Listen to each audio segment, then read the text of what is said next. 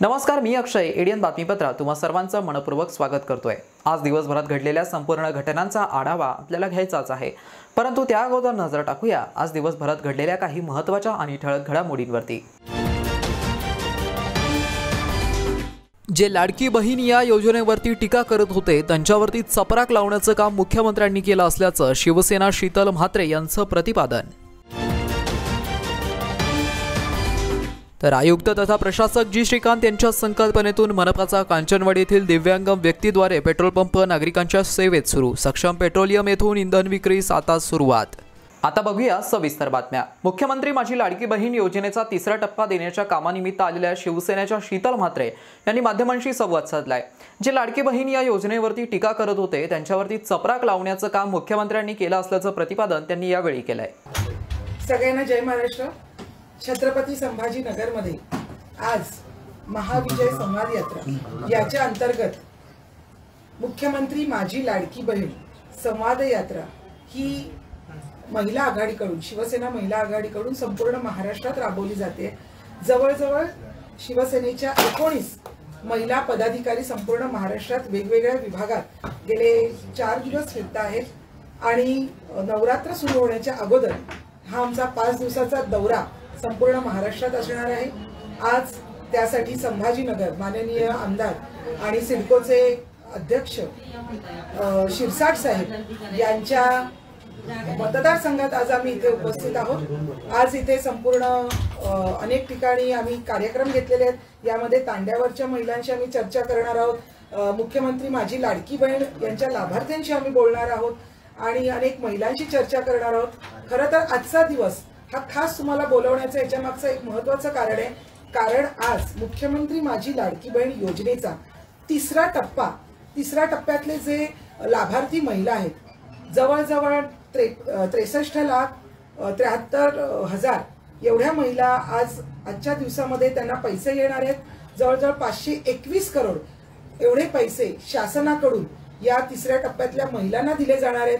त्याच्यामुळे गेले अनेक दिवस जे बोलत होते की आम्ही यांना पैसे देणार नाही आहोत किंवा आम्ही पैसे देण्याचा हा फक्त जुमला आहे निवडणुकीचा, एवढं जे कोणी बोलत होते त्यांना ही एक चपराक आहे. त्यांना हे दाखवून दिलेलं आहे की आमचे मुख्यमंत्री जे बोलतात ते करून दाखवतात आणि त्याप्रमाणे तिसऱ्या टप्प्यातल्या महिलांना आज पैसे मिळायला सुरुवात झालेली आहे. यासाठी आत्ताच संभाजीनगरमध्ये महिला सर्व जमा झालेल्या आहेत आणि एक छोटासा आनंद जल्लोष आम्ही इथे साजरा करणार आहोत. एकमेकींना पेढे भरवत आणि संपूर्ण महाराष्ट्रात असंच आनंदाचं वातावरण आहे. शहरातील सर्व मुख्य कार्यालयांच्या परिसरामध्ये महिलांसाठी एकही स्वच्छतागृह नसल्यामुळे महिलांना अडचणींना सामना करावा लागतोय. मात्र महिलांच्या गंभीर समस्या दूर करण्याचं सोडून आमदार प्रशांत बंब तालुक्यातील महिलांना पैठणी साड्यांचं वाटप करून मत पळवण्याचा केविलवाना प्रयत्न करत असल्याचा आरोप वीरेंद्र वाघ यांनी एडियन सोबत बोलताना केलाय. प्रशांत बंब यांनी एक उपक्रम राबवणं सुरू केलेला आहे महिलांसाठी, पैठणीचा साडीचा खेळ. तर मला यावर असं म्हणायचं आहे की महिलेसाठी अनेक इथं प्रश्न उपस्थित आहे. आमदार त्यावर काही बोलायला तयार नाही, काही त्यावर काही उपाययोजना आखत नाही आहे. असे आरोग्य असतील किंवा सार्वजनिक ठिकाणी असतील तर छोटंसं उदाहरण घ्यायचं तर विविध कार्यालय आहेत, जसे तहसील, नगरपालिका, पोलीस स्टेशन, पंचायत समिती, वर्दळीचे ठिकाण, बस स्थानक, अशा ठिकाणी स्वच्छतागृह महिलेला आज रोजी नाहीये.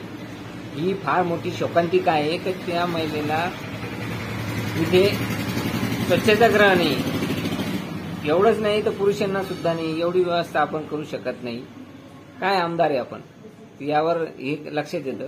आणि त्यामध्ये आरोग्य पण या ठिकाणी अनेक महिलांसाठी प्रश्न उपस्थित झालेले आहेत. ॲम्ब्युलन्स नाही वेळेवर. तर असे जे आमदार आहे तर आपण हा जो खेळ लावलेला आहे हा पैठणीचा खेळ, साडीचा नाहीये. तर हा खेळ तुम्हाला मतं मिळवण्यासाठी चाललेला हा खेळ आहे आणि हा खेळ जनतेने जाणून घेतलेलं आहे, महिलांना पण माहिती आहे. तुम्ही 4 वर्ष या ठिकाणी महिलेचा एक प्रश्न सभागृहामध्ये उपस्थित केला नाही आणि तुम्ही सांगताय एका महिलेसाठी मी अगदी सक्रिय आहे म्हणून. तुम्ही कुठल्याही प्रकारे महिलेसाठी किंवा सर्वसामान्यांसाठी या ठिकाणी तालुक्यात गंगापूर असेल किंवा फलतावा दोन्ही ठिकाणी काही केलेलं नाहीये आणि तुम्हाला आता खाली पाय उतार होण्याची आवश्यकता आहे आणि हे जनतेने ओळखलेलं आहे आणि तुम्ही पाय उतार होणारच आहे, यावर कुठलीही शंका नाही. डॉक्टर बाबासाहेब आंबेडकर वैद्यकीय प्रतिष्ठानच्या डॉक्टर हेगडेवार रुग्णालयाने आता वैद्यकीय शिक्षणाच्या क्षेत्रात पदार्पण केलं असून प्रतिष्ठानच्या वतीने RK दमानी वैद्यकीय महाविद्यालय आणि Shri Ramchandra institute of medical सायन्सची स्थापना करण्यात आली असल्याची माहिती पत्रकार परिषदेत देण्यात आली आहे. यंदाच्या शैक्षणिक वर्षापासून या ठिकाणी प्रवेश सुरू झाला असल्याचंही त्यांनी यावेळी सांगितलंय. RK Damani medical college Shri Ramchandra institute of medical sciences या नावाने यावर्षी इथे एक वैद्यकीय महाविद्यालय सुरू होत आहे. श्री बाबासाहेब आंबेडकर डॉक्टर बाबासाहेब आंबेडकर वैद्यकीय प्रतिष्ठान आणि डॉक्टर हेडगेवार रुग्णालय या दोन्ही संस्था अनेक वर्षांपासून आपल्याला माहिती आहे. बाबासाहेब आंबेडकर वैद्यकीय प्रतिष्ठान संचलित हे मेडिकल कॉलेज असणार आहे. या मेडिकल कॉलेजचं जे रुग्णालय आहे ते हेडगेवार रुग्णालय असणार आहे सध्या या फेजमध्ये आणि यावर्षी आपल्याला 50 ॲडमिशन्सची परवानगी मिळालेली आहे. आपण जी योजना केलेली आहे ती 150ची केलेली आहे. काही इमारतींची पूर्तता झाली की मग आपण 150साठी आपण अप्लाय करू. त्याचप्रमाणे पोस्ट ग्रॅज्युएशनसाठी सुद्धा आपल्याला पुढच्या वर्षी जाता येईल. यावर्षी आज फक्त ही एवढीच माहिती द्यायला आपण बोलवलं होतं, कारण काय यावर्षी बरेच गोंधळ समाजामध्ये होते की मान्यता मिळाल्या नाही मिळाल्या, असं झालं तसं झालं. त्या दृष्टिकोनातनं आमच्या कॉलेजला मान्यता मिळाली आहे. कालपर्यंत प्रेफरन्सेस लोकांनी भरले, आज संध्याकाळी मेरिट लिस्ट आली आणि उद्यापासून या मुलांची विद्यार्थ्यांची ॲडमिशन सुरू होईल. महाविद्यालयाचा जो प्रकल्प आहे तो कम्प्लिशन कधीपर्यंत? साधारणतः डिसेंबर-जानेवारीपर्यंत मेडिकल कॉलेज आणि हॉस्टेल यांचं आपल्याला कम्प्लिशन मिळेल. पुढच्या 2-3 महिन्यांमध्ये नर्सिंग कॉलेजचं मिळेल. पुढचं जे सगळं आहे ते फेज 2 मध्ये मिळेल. हे सगळं पूर्ण झाल्याच्या शहरवासियांना एक सुवर्ण संधी. तुम्ही एखादा व्यवसाय करताय का? मग एडियनवरती जाहिरात करा आणि मिळवा व्यवसायात मोठा फायदा. तर वाट कसली पाहताय? आत्ताच खाली दिसत असलेल्या नंबरवरती संपर्क साधा आणि द्या आपल्या व्यवसायाला एक नवीन उभारी. आपल्याला अजूनही काही बातम्यांचा आढावा घ्यायचा आहे, परंतु इथे वेळ झाली आहे एका छोट्याशा ब्रेकची. कुठेही जाऊ नका, पाहत रहा एडियन न्यूज.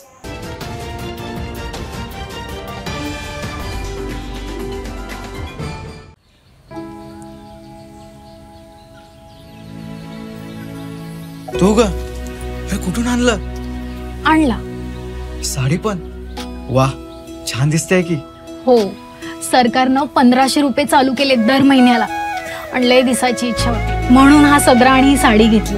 आणि पुढच्या महिन्यात परत पैसे आले ना मग छोटीला फ्रॉक आणि आपल्या कपिलेला माळा घेणार आहे. बर.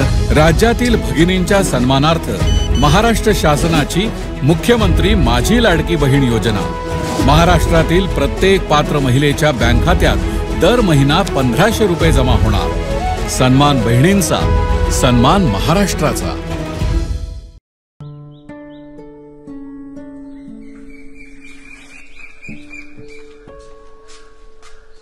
ताई, हे घ्या तुमचा सिलेंडर.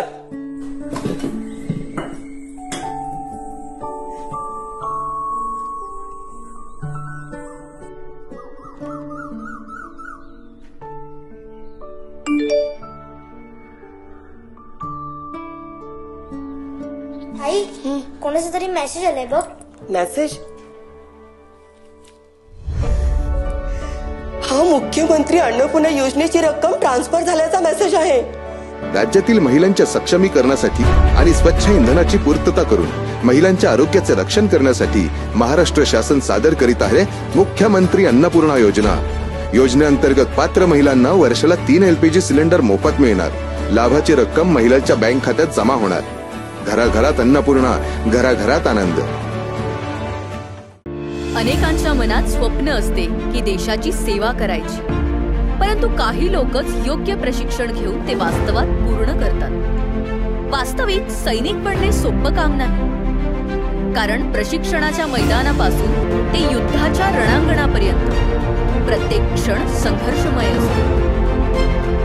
फक्त जो इमानदार, समजूतदार असेल आणि ज्याची इच्छाशक्ती प्रबळ असेल असाच व्यक्ती या क्षेत्रात टिकू शकतो. प्रत्येक वर्षी अनेक परीक्षार्थ्यांना यश प्राप्त होते, ते फक्त आणि फक्त गरुडचे अकॅडमी. पंख आम्ही देतो, उंच भरारी तुम्ही घ्या.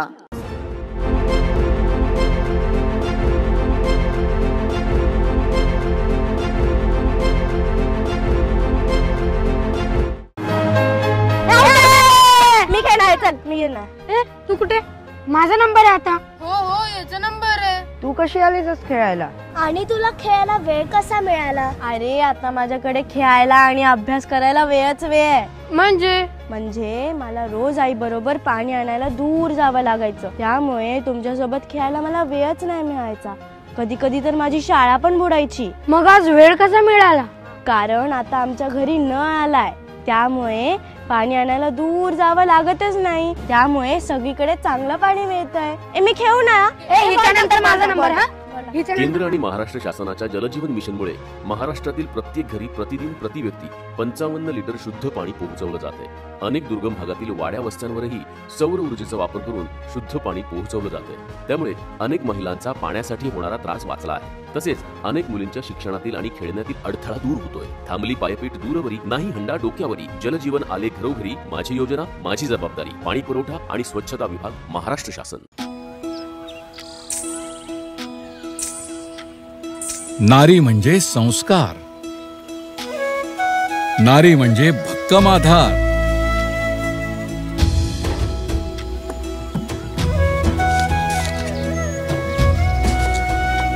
नारी म्हणजे अन्नपूर्णेचा अवतार, नारी म्हणजे शक्ती अपार. आणि या नारी शक्तीच्या सन्मानार्थ महाराष्ट्र शासनाने सुरू केली आहे मुख्यमंत्री माझी लाडकी बहीण योजना. या योजनेअंतर्गत महाराष्ट्रातील प्रत्येक पात्र महिलेच्या बँक खात्यात दर महिना 1500 रुपये जमा होणार. सन्मान बहिणींचा, सन्मान महाराष्ट्राचा. सलाम सरपंच. अरे सलाम युसुफ भाई, काय म्हणतो बा? मी काय ऐकलंय बाबा, तुम्ही जे गावात पाईपलाईन नळ लावून देणार आहे त्याचे पैसे घेणार आहे म्हणून. मी नाही घेणार आहे बा. मग आता तुझ्या घरात वीज येते, त्याचं बिल भरते की नाही? भरतो की. मग तसंच आहे ते. आता तुमच्या घरात पाईपलाईन टाकणं, त्याला नळ लावून देणं, हाच खर्च शासन आणि 10% लोक वर्गणी यातून होणार आहे. पण त्याच्या देखभाल, दुरुस्ती, पाणी सोडायचं, तो विजेचा पंप चालवा लागेल, त्याचं बिल कोण भरत? म्हणजे महिन्याभरात तुम्ही जेवढं पाणी वापराल त्याचं फक्त बिल भरायचं आहे तुम्हाला, बस. याच्यात आपलाच फायदा आहे ना का? म्हणजे आपलं घर, शाळा, सगळीकडे सहा पाणी, स्वच्छ पाणी येईल. असं आहे का? म्हणजे पाणी जेवढं पाहिजे तेवढंच वापरायचं, म्हणजे आपलं बिल पण कमी येईल ना. आता समजलं मला. येतो मी. जलजीवन मिशन अंतर्गत आता केंद्र आणि राज्य शासनाच्या संयुक्त प्रयत्नातून गावागावातील प्रत्येक घरात नळाद्वारे प्रतिदिन प्रति व्यक्ती 55 लिटर शुद्ध पाणी पोहोचत आहे. थांबली पायपीट दूरवरी, नाही हंडा डोक्यावरी. जलजीवन आले घरोघरी, माझी योजना माझी जबाबदारी. पाणी पुरवठा व स्वच्छता विभाग, महाराष्ट्र शासन. मस्त मास्क पहना है तुम्हें. Thank you sir. वो जान बचाने के लिए पहनना पड़ता है ना सर. रेडीमेड है या टेलर मेड है? ऑनलाइन ऑर्डर किया है सर. एक और है ना सर. देना. बहुत मस्त लगे आपको. ये ना सर. सर ना भाई, जान बचाने के लिए बाइक चलाते वक्त सिर्फ खोपड़े पे मास्क पहनेगा तो खोपड़े को कौन बचाएगा? समझ गया सर. हेलमेट ऑनलाइन ऑर्डर कर, वरना हमेशा के लिए ऑफलाइन हो सकता है. Okay sir. ये ले. चल हम ये भी ऑनलाइन भर दे. हेलमेट पहने, ट्रैफिक नियमों का पालन करे, जिंदगी के सफर को सुरक्षित रखे. मोठी ही संसाराची तू अन्नपूर्णेची सावली, संस्कारात तूच खरी, तूच माय माऊली, तूच माय माऊली.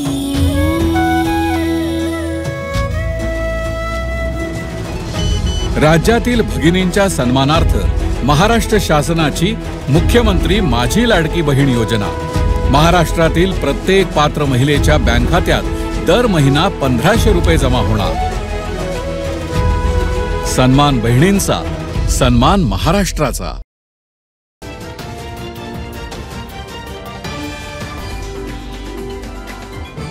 ब्रेकनंतर पुन्हा एकदा स्वागत. आपण बघत आहात एडीएन बातमीपत्र. आयुक्त तथा प्रशासक जी श्रीकांत यांच्या संकल्पनेतून छत्रपती संभाजीनगर महानगरपालिकेच्या वतीने दिव्यांग व्यक्तीद्वारे पेट्रोल पंप सुरू करण्यात आला आहे. आज या पेट्रोल पंपावरून प्रत्यक्ष इंधन विक्रीला सुरुवात करण्यात आली आहे. 17 सप्टेंबर 2024 रोजी मराठवाडा मुक्तीसंग्राम दिनाचा औचित्य साधून महानगरपालिकेच्या कांचनवाडी येथील सक्षम पेट्रोलियम या पेट्रोल पंपांचा लोकार्पण महाराष्ट्र राज्याचे मुख्यमंत्री महोदय यांच्या हस्ते करण्यात आले होते. सदरील पेट्रोल पंपावरती प्रत्यक्ष इंधन विक्रीला सुरुवात व पेट्रोल पंपावरती नियुक्त दिव्यांग कर्मचाऱ्यांना नियुक्तीपत्राचं वाटप आयुक्त यांच्या मार्गदर्शनाखाली अतिरिक्त आयुक्त रणजित पाटील यांच्या हस्ते सोमवारी करण्यात आलं. राहुल भीमराव आरके, शेख नवीन शेख सईद, मिर्झा माजेद बेग, सुमित अण्णा सातदिवे, शेख जलील शेख वहाब, राजेंद्र मुरलीधर गिने, वसीम अब्दुल कदीर बागवान, आजीनाथ सुखदेव पैठणकर यांना नियुक्तीपत्राचं वाटप करण्यात आलंय. या प्रसंगी शहर अभियंता AB देशमुख, उपायुक्त 2 अपर्णा थेटे, कार्यकारी अभियंता यांत्रिकी अमोल कुलकर्णी तसेच हिंदुस्तान पेट्रोलियम कॉर्पोरेशनचे विशाल वर्मा व अजय सिन्हा तसेच महानगरपालिकेचे कनिष्ठ अभियंता वैभव गौरकर, अहमद मिर्झा व सुनील लोखंडे हे उपस्थित होते. दिव्यांग व्यक्तीसुद्धा इतरांपेक्षा कुठल्याही प्रकारे कमी नाही आहेत. ते इतर व्यक्तींसारखे सक्षम आहेत. एखादा नोकरी व्यवसाय तेही सक्षमरित्या करू शकतात. फक्त त्यांना एक चांगली संधी देणं आवश्यक आहे असं प्रशासक तथा आयुक्त महोदय यांची संकल्पना आहे. त्या संकल्पनेतूनच महानगरपालिकेने हा सक्षम पेट्रोलियम हा दिव्यांगांद्वारे सुरू केला आहे. महानगरपालिकेच्या प्रगती पेट्रोल पंपाप्रमाणेच हा सक्षम पेट्रोल पंप नागरिकांना उच्च दर्जाचे व योग्य प्रमाणात इंधन पुरवठा करून लवकरच नावारूपाला येईल अशी अपेक्षा मनपा प्रशासनाच्या वतीने करण्यात आली आहे. वितरण असेल, त्याचं व्यवस्थापन असेल आणि एकूणच त्याचं सर्व कामकाज हे दिव्यांगामार्फत होत आहे. या प्रसंगी आपण दिव्यांग त्यांना स्वतःच्या पायावर उभा राहण्याचा आणि एकूणच त्यांच्या कौटुंबिक आणि आर्थिक स्थितीमध्ये सुधारणा करण्याचा हा मोठा प्रयत्न केलेला आहे आणि गरजेनुसार त्यात अजून भविष्यात वाढ सुद्धा होईल. पेट्रोल पंप हा महानगरपालिकेचा जरी असला तरी हिंदुस्तान पेट्रोलियम कंपनीचं ग्रेड आणि त्यांची गुणवत्ता, सप्लायची चांगली सिस्टम या सर्वांचा एक मिलाप या ठिकाणी आपण अनुभवणार आहोत.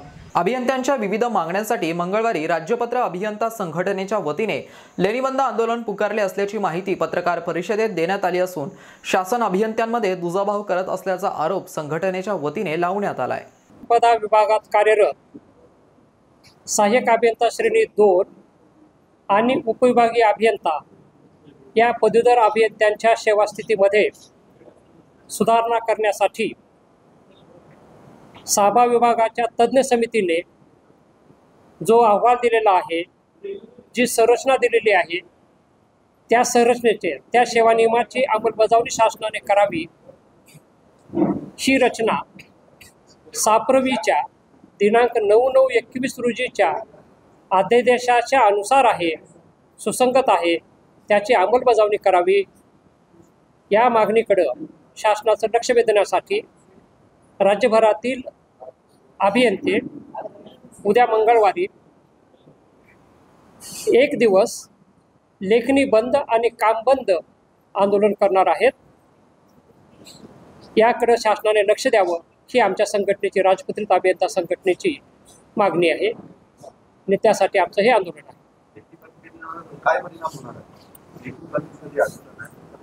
आमचा मुद्दा परिणाम तर मी आपल्याला सांगितलं की आमच्याकडे अनेक प्रकारचे संवर्ग आहेत. त्यामुळे एका संवर्गानं आंदोलन केलं तर दुसरा संवर्ग कामावर राहतोच. त्यामुळं कामावरती परिणाम होणं हा महत्त्वाचा मुद्दा नाही आहे. आणि सध्याच्या लाखोच्या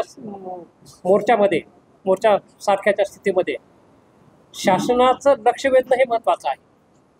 लाखभराचा मोर्चा काढला तरी शासन लक्ष देईलच असं नाही.